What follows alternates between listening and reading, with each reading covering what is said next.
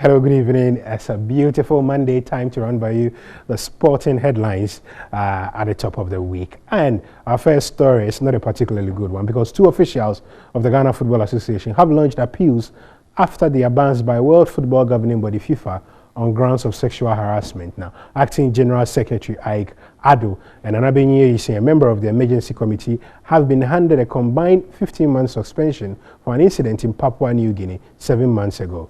Ado, who has worked with the GFA for over a decade, has reportedly been suspended for 9 months by FIFA, while Ayisen, the former owner of Sekendi Hazakes, has been given a 6-month ban. The GFA has not commented on the ban, but it has been corroborated by various sources within the Football Association. One of the Ghanaian officials is alleged to have asked the team liaison officer for the Ghana team during a tournament in Papua New Guinea if she was not afraid to be with 3 men in a lift, given the high rates of incidents of rape in the country. She also alleged that the Ghanaian officials mocked her and laughed at her after looking at her bad.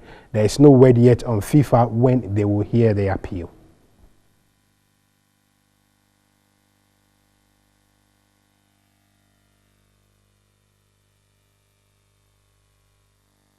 Elsewhere, on to more bad headlines for the GFA. And former video analyst Gerard News has finally left the country after a long battle with the Ghana Football Association over unpaid bonuses which he received over the weekend.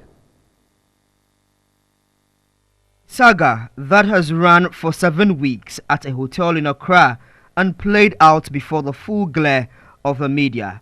Video analyst Gerard News, like all other members of the Ghana technical team from the 2017 Nations Cup, was owed bonuses. Unlike the others, he insisted on being paid before leaving the hotel.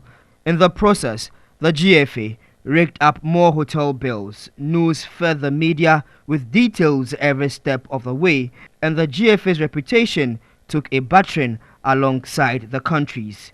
So last Saturday, News was finally paid his $40,000 in outstanding bonuses and packages. Then he refused to pay the other expenses the GFA says were outside what was agreed.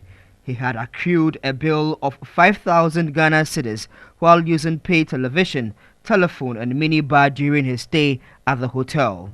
The hotel won't let him leave. News created a scene, slept in a sofa before the GFA issued a statement detailing how he had stepped out of his boundaries. It has all been a sorry episode, but one that leaves key lessons. Part of News' reluctance to leave Ghana was because his agreement with the GFA was verbal, with no written contract on terms and conditions. After the damage done to their image, you have to hope the GFA have learnt their lessons. Maybe we need to start launching a campaign for the others to be paid their money as well. On to a more inspiring story. And Ziggy Ansah, one of Ghana's key stars in the NFL, has been back home running a few events with charity. But nothing would have felt better than returning to his alma mater, the Presbyterian Boys Secondary School in Legon. Yao Fusulabi went along to see how the visit went. The return for the old boy who has come good.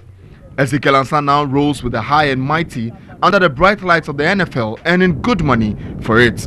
But it all began on the modest fields and classrooms of the Presbyterian Boys Secondary School. Like most boys who went through Presec, he studied science, but he also played basketball, football, and ran the tracks for the school. When he gained a scholarship to study in the United States, the Academic and Sporting Foundation from Presec came in handy.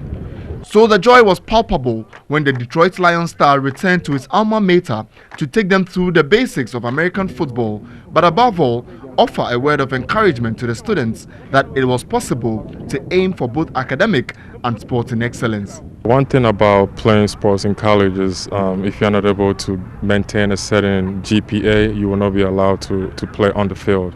And I'm going to reiterate that to the youth out here today, and just make them understand that no matter how good you are in sports, if you're not academically sound, you're not going to be allowed to stay on the field.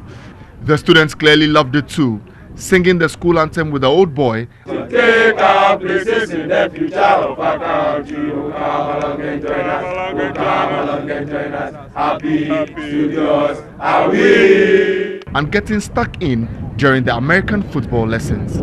But above all, they simply cherished the opportunity. The notion there is that always can't make it big out there. But then to see that someone who has made it big has been able to come back to acknowledge his own people, it just makes me feel proud that at least I can one way or the other follow his footsteps. Ziggy Ansah's story has actually inspired a lot of us Presecans. It makes us understand that it doesn't matter where we come from, but then if we are focused and we make up our minds that we want to make it, we can make it in life. He could be out there as one of the best international sportsmen to come out of this school. But for Ziggy, home is always where the heart is. Nanandesi and Kawa had to make sure they appeared in that at all costs. A bit of tennis news before we go. Then Andy Murray is unlikely to play in Great Britain's Davis Cup quarter-final against France next month as he recovers from an elbow injury. Murray pulled out of the Miami Open almost a week before his opening match because of an elbow injury. His brother Jamie told reporters in Florida that the world #1 needs some rest before Great Britain captain Leon Smith is likely to call on Dan Evans and Kyle Edmonds for the single matches in Rion with Jamie Murray and Dom Ingold due for the doubles.